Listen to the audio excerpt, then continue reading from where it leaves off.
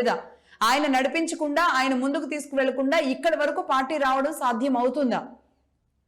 అదేవిధంగా అవతల నుంచి జగన్మోహన్ రెడ్డి గారి వ్యవహార శైలి నుంచి అది వరదలు కావచ్చు, లేదంటే ఇంకేదైనా అక్కడ ఎక్కడైనా హత్య కావచ్చు, అదేవిధంగా ఇంకొకటి కాపు నాయకుడిని ఆ మధ్య ప్రకాశం జిల్లాలో కాపు నాయకుడిని ఒక కమ్మ నాయకుడు ఎవరైతే ఉన్నారో, అది నాయకులు కూడా కాదు, వాళ్ళు వ్యక్తులు మాత్రమే అనుకుంటా, వాళ్ళు ఒక దాడి జరగంగానే వెంటనే వీళ్ళ మధ్య ఏదో జరిగిపోతున్నట్టుగా వెంటనే వచ్చి వారికి తాయిలాలు ప్రకటించేయడం, అంటే ఈ భయానిక మధ్య ఈ ఇన్ఫీరియారిటీ కాంప్లెక్స్ తో వీళ్ళు బంధాన్ని కొనసాగించాలంటే అది ఎంతవరకు శ్రేయస్కరం? ఎందుకు అండర్ గ్రౌండ్ క్యాడర్ వరకు కూడా ఇలా ముందుకు వెళ్ళడం అనేది మీ కులాలకో, మీ వర్గాలకో, మీ పార్టీలకో ఉపయోగం కాదు. రాష్ట్రానికి అవసరం, రాష్ట్రం బాగుండాలి అంటే వీళ్ళు ముందుకు వెళ్ళాలి అని చెప్పడంలో ఎందుకు ఫెయిల్ అవుతున్నారు? లేదు జగన్మోహన్ రెడ్డి గారు వచ్చేస్తారు అన్న భయానక పరిస్థితుల్లోకి ఎందుకు నెట్టవేయబడుతోంది ఈరోజు కూటమి? జగన్మోహన్ రెడ్డి గారు ఖచ్చితంగా ఇది రాజకీయ గేమే, ఆయనకు కూడా కావాలి రాజకీయ గేమ్. ఎవరు ఆడినా సరే, అంటే మీరు ఆడితే గేమ్, ఆయన ఆడితే గేమ్ కాదు, ఎవరైనా సరే ఆ గేమ్ ఆడతారు. ఆయన గేమ్, ఆయన పావు, ఆయన గురి, ఈ ముగ్గురిని విడగొట్టడం మీదే ఫస్ట్ ఉంటుంది. ఆ మాత్రం తెలియకుండా అయితే రాజకీయ నాయకులు ఉండరు. మరి ఆ కొట్టే గురికి వీళ్లే అవకాశం ఇస్తూ వీళ్లే తీసుకెళ్లి ఆ రాయిని జగన్మోహన్ రెడ్డి గారి చేతుల్లో పెడుతుంటే ఏమనుకోవాలి? కూటమి ఇంత అటు ఒకవైపు పవన్ కళ్యాణ్ గారు, ఇంకొక వైపు బీజేపీ పూర్తిగా మోడీ గారే వచ్చి మేము అంతా పూర్తి స్థాయిలో మేము ఉన్నామని అనేక రూపాల్లో అనేక రకాలుగా చెప్పినప్పుడు మరి కూటమి రెచ్చిపోవడం మాత్రం సరైన విధానం అయితే కాదనిపిస్తోంది. అలా అని తిట్లను భరించమని, బూతులు తిడుతుంటే అలాగే ఉండమని కాదు. ఇన్ని బూతులు గతంలో భరించిన వాళ్ళు ఇప్పుడెందుకు భరించలేకపోతున్నారు? కంటికి కన్ను, పంటికి పన్ను సమాధానం కాదు. దీనికి చట్టాలు ఉన్నాయి, లీగల్ గా తేల్చుకోవాల్సింది ఉంది, ప్రజాక్షేత్రం ఉంది, ప్రజలు చూస్తున్నారు. వీళ్ళు ఈ రోజు ఆ రోజు బూతులు మాట్లాడారనే ఇష్టం వచ్చినట్లుగా ఆంధ్రప్రదేశ్ పరువుని నిట్ట నిలువున వీళ్ళ తెలుగు భాషతో, వీళ్ళ తెలుగు భాషతో, బూతుల భాషతో తెలుగు మొత్తానికి కూడా తెగులు పట్టిస్తున్నారు అన్న ఒక కోపంతో కులాలకు అతీతంగా, మతాలకు అతీతంగా అందరూ కూడా ఈరోజు అందరూ కూడా ఒకవైపు తిరిగిన నేపథ్యంలోనే కేవలం ఒక 11 సీట్లు మాత్రమే వైసీపీకి రావడం అంటే ఇంతకంటే పెద్ద దెబ్బ ఎవరికి తగులుతుంది? అంటే ఒక రకంగా చచ్చిన పావుని మళ్ళీ చంపేలాంటి ప్రయత్నాలు కాదు ఇవి. చచ్చిన పాముని బతికించడానికి చేస్తున్న ప్రయత్నాలు కూటమి ప్రభుత్వం చేస్తుంది అనేది చాలా ఓపెన్ గా చూసే ప్రతి ఒక్కరికి కూడా అర్థమవుతున్న అంశం.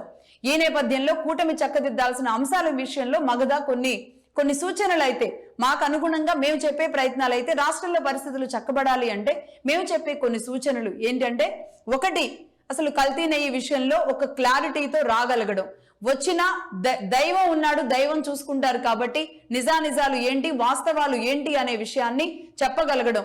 లేదా ఇంకా దీనిని ఇక్కడికి అందరూ వదిలేయండి, ఇంకా అందరం కూడా ఇంకా దేవుడికే వదిలేసి ముందుకు వెళదాం, పొరపాటే జరిగింది కానీ ఇంకొకరెవరో ఆ పొరపాటుని దాయాలనుకున్నారు, కానీ ఈ నింద ఈ రోజు మీ మీద పడుతుంటే కూడా భరించాలి. ఇంకా భరించడం అనేది కూటమికి కొత్త ఏం కాదు, కూటమికి కాదు, టీడీపీకి కూడా కొత్త ఏం కాదు భరించడం అనేది.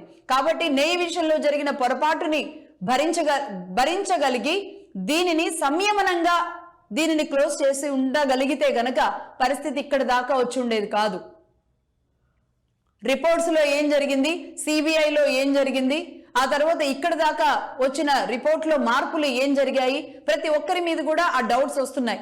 ఇన్నాళ్ల పాటు మీరే తప్పు చేశారు అన్నప్పుడు వాళ్ళ పేర్లు లేనప్పుడు వాళ్ళు ఖచ్చితంగా రెచ్చిపోయేలాంటి పరిస్థితికి కారణం అవుతుంది.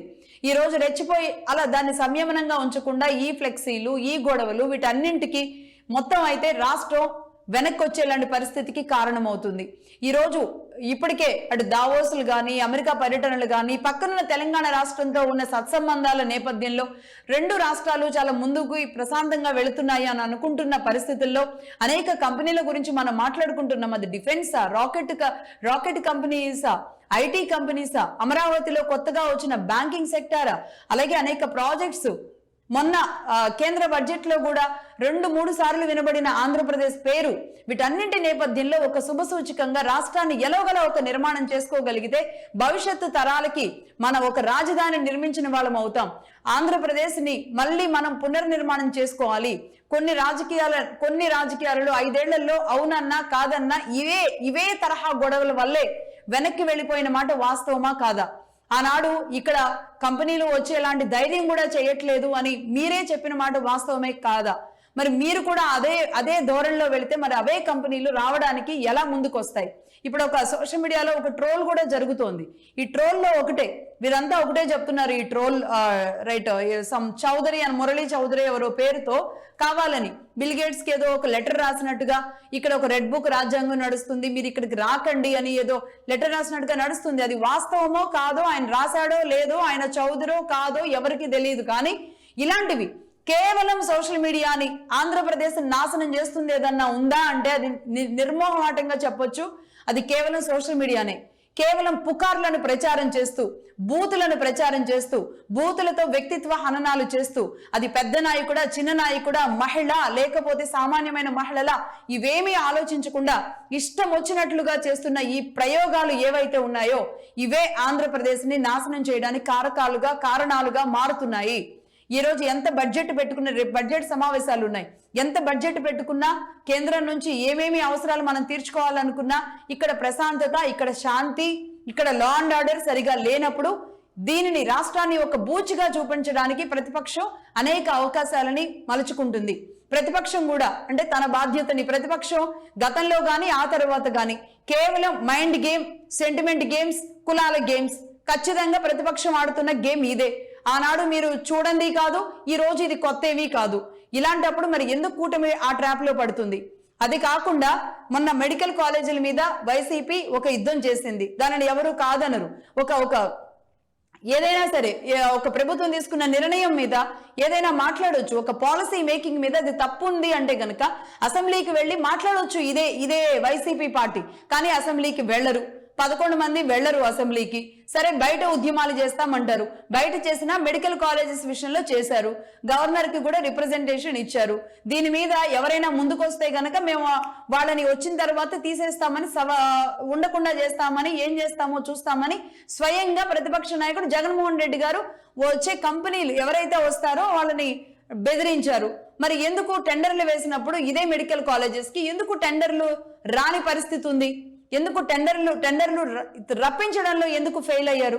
ఇన్ని పెద్ద పెద్ద అమెరికా కంపెనీలు వస్తున్నప్పుడు ఈ రాష్ట్రంలోనే ఉన్న కంపెనీలు టెండర్లు తీసుకోవడానికి, మెడికల్ కాలేజెస్ నిర్మాణానికి ఎందుకు రాలేదు? ప్రైవేట్ మెడికల్ కాలేజెస్ నిర్మాణానికి ఎందుకు ఎవరు ఒక టెండర్ వేయలేదు?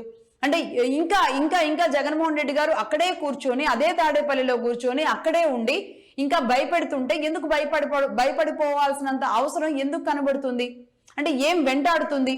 ఇవన్నీ ఇలా ఉంటే ప్రతిపక్షం ఆనాడు మెడికల్ కాలేజెస్ విషయంలో ఒక నిర్ణయంగా, ఒక పాలసీ మీద రాష్ట్ర వ్యాప్తంగా ఉద్యమాలు చేపినప్పుడు ఎవరు కాదనలేదు.